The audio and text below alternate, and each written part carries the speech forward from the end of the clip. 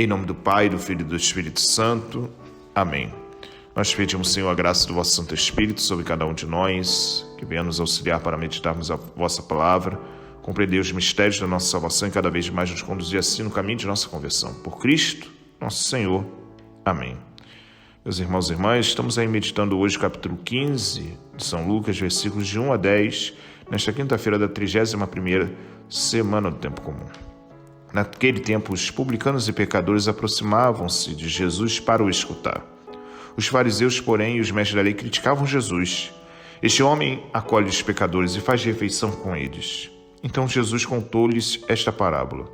Se um de vós tem 100 ovelhas e perde uma, não deixa as 99 no deserto e vai atrás daquela que se perdeu até encontrá-la?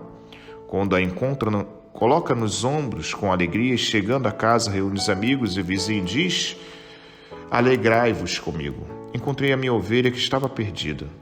Eu vos digo, assim haverá no céu mais alegria por um só pecador que se converte do que por 99 justos que não precisam de conversão. E se uma mulher tem 10 moedas de prata e perde uma, não acende uma lâmpada, varre a casa e procura cuidadosamente até encontrá-la? Quando a encontra, reúne as amigas e vizinhas e diz: alegrai-vos comigo, encontrei a moeda que tinha perdido. Por isso, eu vos digo, haverá alegria entre os anjos de Deus por um só pecador que se converte. Palavra da salvação, glória a vós, Senhor.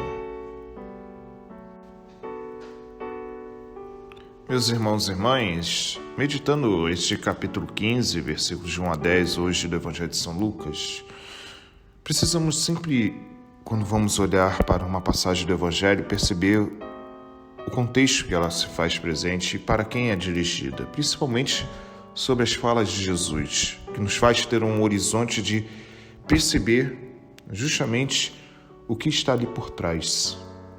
Aqui nós vemos justamente quem se aproxima de Jesus para escutar: publicanos e pecadores.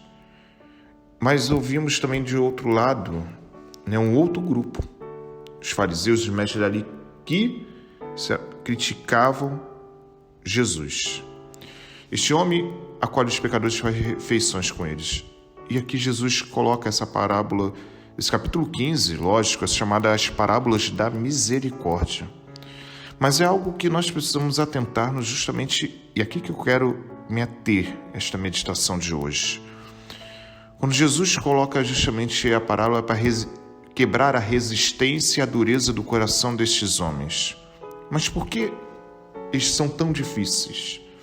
Porque quando nós temos um olhar justamente de achar que nós, por participarmos de algo dentro da igreja, nós somos melhores do que os outros que estamos lá fora, no fundo alimentamos a prepotência, a soberba, a vaidade em nossos corações, que impede justamente da graça de Deus agir em nossa vida para transformar e, consequentemente, ter um olhar de misericórdia para com os outros. E é justamente aqui que esses grupos que criticavam Jesus faziam.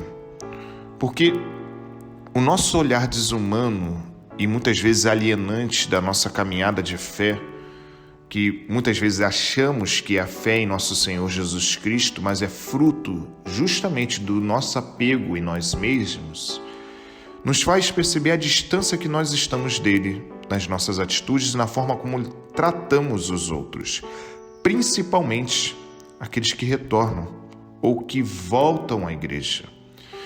Quando a pessoa ou um grupo ou uma comunidade não é capaz de acolher aqueles que retornam depois de uma vida mundana, depois de uma vida que dá literalmente um exemplo contrário àquilo que é próprio da fé, mostra como esta pessoa, este grupo ou a comunidade estão distantes de fato de Jesus. Por quê? Porque a acolhida é de fato um sinal da presença do ressuscitado na vida das pessoas e daqueles que realmente caminham com o Senhor. Porque a misericórdia ela faz parte dessa experiência de tal forma que nós percebemos que a abertura de coração para e perceber os sinais e, de fato, escutar com profundidade aquilo que o Senhor fala no tempo, no nosso hoje, se dá justamente para aqueles que estão afastados. Porque quem sofreu e quem viveu a experiência de um verdadeiro abandono, um verdadeiro vazio, de uma incapacidade com o Senhor, só esta pessoa é capaz de realmente ser sensível e aberta para perceber a graça de Deus que faz no nosso presente, em nossa vida.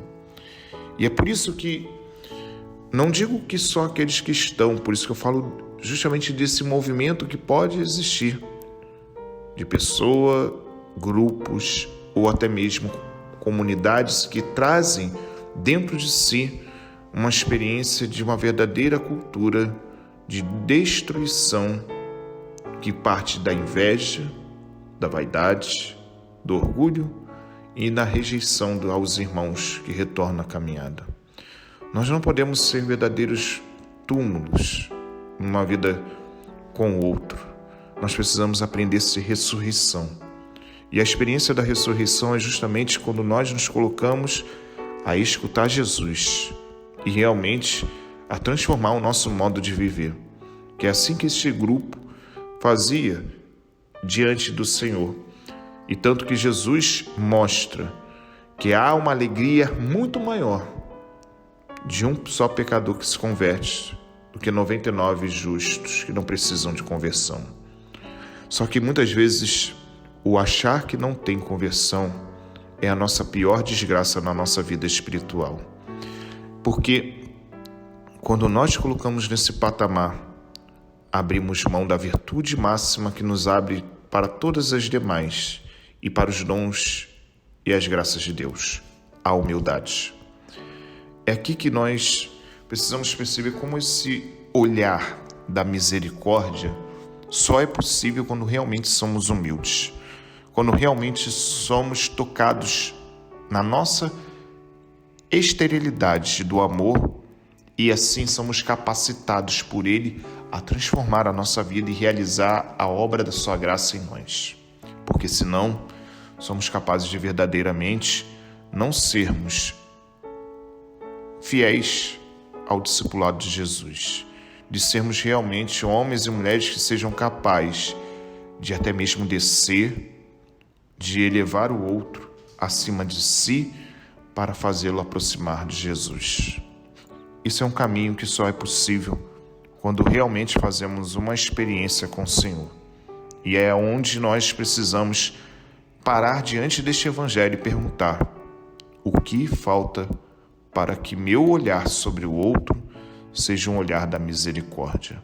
O que falta para eu ser um instrumento da graça do Senhor, para que eu ajude o outro a aproximar de Cristo, não distanciar-se dele? São essas perguntas que nós precisamos fazer em nossa vida. Senão, corremos o grande risco de sempre olhar com crítica ao Senhor e aos irmãos que não estão seguindo o nosso modo de viver. Que é esse o perigo, não seguir o nosso modo, mas sim de Jesus Cristo. É Ele o modelo, é Ele o caminho, é Ele a verdade e a vida que nos liberta desta vida egoísta que nós vivemos. Que o Senhor nos ajude cada vez mais a fazer com que venhamos a enxergar a infertilidade dos nossos corações e a nossa incapacidade, muitas vezes, de ter esse olhar humano e que deixe a graça de Deus realmente agir em nossa vida. Que o Senhor nos sustente, nos conduza e nos faça cada vez mais em nossa vida realizar a obra do seu amor e fazer com que cada dia mais Ele sustente-nos para viver esta graça do seu amor junto aos nossos irmãos e irmãs. Louvado seja nosso Senhor Jesus Cristo, para sempre seja louvado. Deus abençoe, proteja e guarde de todo o mal, em nome do Pai, do Filho e do Espírito Santo. Amém. Deus abençoe a todos vocês, tenham todos um bom dia.